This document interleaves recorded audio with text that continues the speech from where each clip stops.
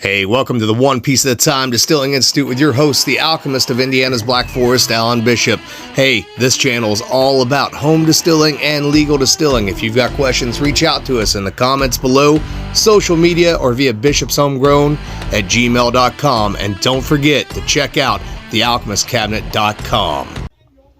Hey guys, back again with the One Piece at a Time Distilling Institute, here with another viewer question, this time about aging. And I'm going to try to read this.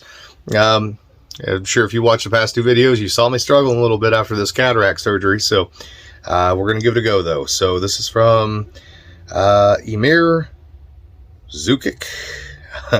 I think that's the last name I'm pronouncing it right. I hope so. I apologize if I did not pronounce that right. But hi, Alan.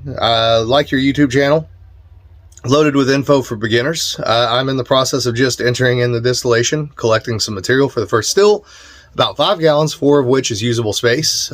Simple pot still with enhanced reflux, not to get full reflux still, just enough to bridge me to about 75% output in the range of thumpers when engaged, which will be made as kind of a shocker like Ozark stills, 2 to 3 wraps of copper pipe around distillator without any packings. So my question will be about aging on wood. Do you know why beech wood is not used in cooperage? I know for a fact that beech wood is used for barrels to store food, particularly feta-style cheeses. Knowing that I have kind of an answer, but would also like to hear from you. My opinion is that beech wood does not have any influence on matter stored in beech containers, any kind. And I was told special beech wood containers were made as a storage for drinking water a long time ago when there was no plumbing in the houses. So am I correct? Beechwood cannot be used for aging spirits and wines because it cannot transfer any flavors. If that is true, well, here's an idea. Jesse from Stillet had been experimenting with rapid aging like staves, ultrasound, etc.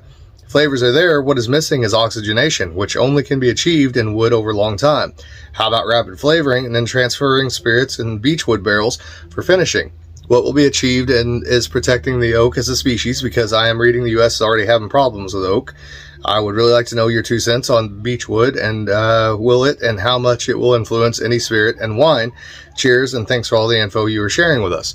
That's a great question. So I too am very concerned about American white oak in particular. So there are 2 blights currently moving through the United States that are affecting American white oak.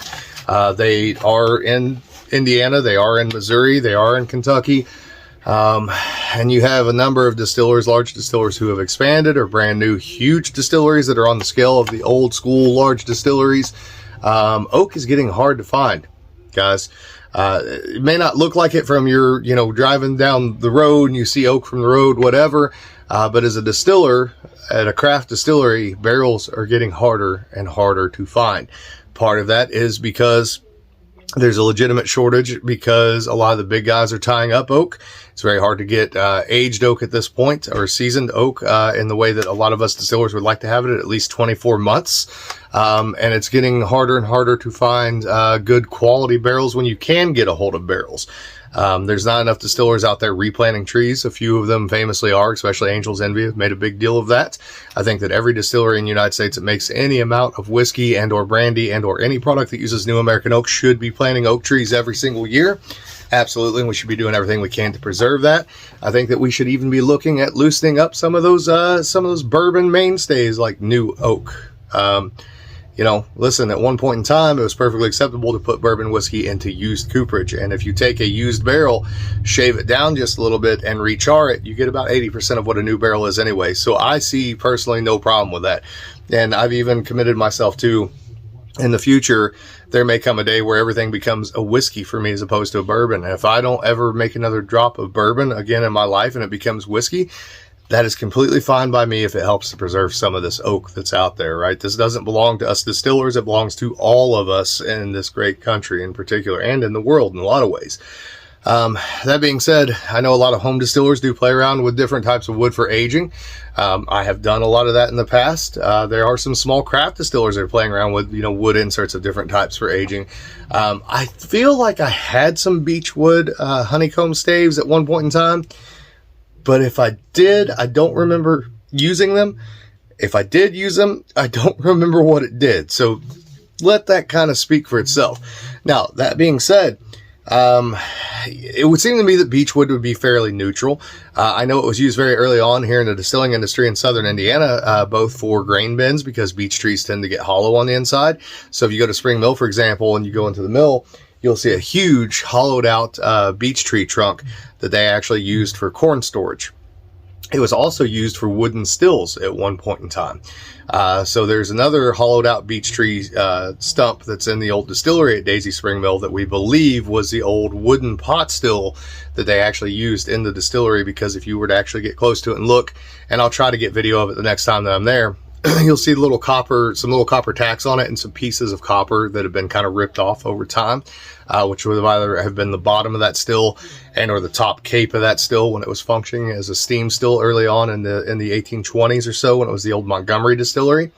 So beechwood certainly has had its place in the distillery in the past. Now, I really like your idea here of using beech as a neutral barrel. So that oxidization in the barrel is a very important thing, and even if the barrel itself is not contributing anything other than that oxidization, that is something that is worthwhile in particular. So but the other thing is you can do that with oak. So one of the things that I try to do is I try to conserve oak by reusing our barrels as many times as we can. Of course, with bourbon right now, or rye whiskey or wheat whiskey, etc., we can only use that barrel that one time. But I will kick that barrel over to apple brandy, single malt whiskey, various botanical spirits such as absinthe and or gin, and I'll use it again. And then a lot of times I will use it a third time by having it recouped, having it shaved down as about a 1/16 or an 1/8 of an inch, and then recharred, and I'll use it again for apple brandy or botanical spirits or single malt, etc.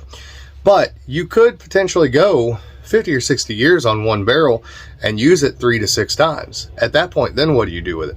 Or even if you make it to 30 years, it's lived its life, you've got your value out of it. Take it in, shave it down, make it completely neutral. You've extracted pretty much everything you can out of that wood at that point, right? Other than whatever product was previously in there potentially. But those barrels do make fantastic post-maturation barrels. So barrels that you go into with something like, say, absinthe, where you want to get some of that oxidization and maybe just a little bit of tannic structure without much, if any, color at all from that barrel. That would very much so be very similar to what you're talking about with doing beech as a barrel. Now, what I don't know for sure is how porous or non-porous beechwood is, how well it does at actually holding liquids over a long period in time. I know that even in the example of some of the old woods that they did make barrels out of, or could make barrels out of, they tended not to get used for liquid because a lot of them were very, very porous and didn't hold up well. I know we're playing with a cooperage right now who's going to be making us some hickory barrels down the road that I'm really looking forward to. That was an old school thing here in the Ohio Valley. Very early on, they made rye whiskey in southern Indiana and southern Ohio and used hickory barrels. I don't know how well they hold up. They may leak like a sieve. I have no real idea or way of knowing that until I actually get a hold of them.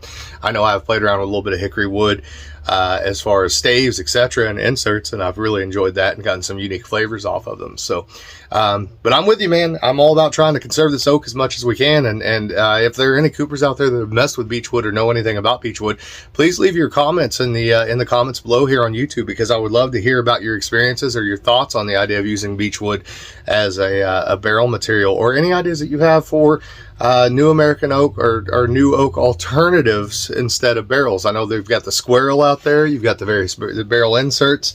There's the idea of rapid maturation. I don't say aging.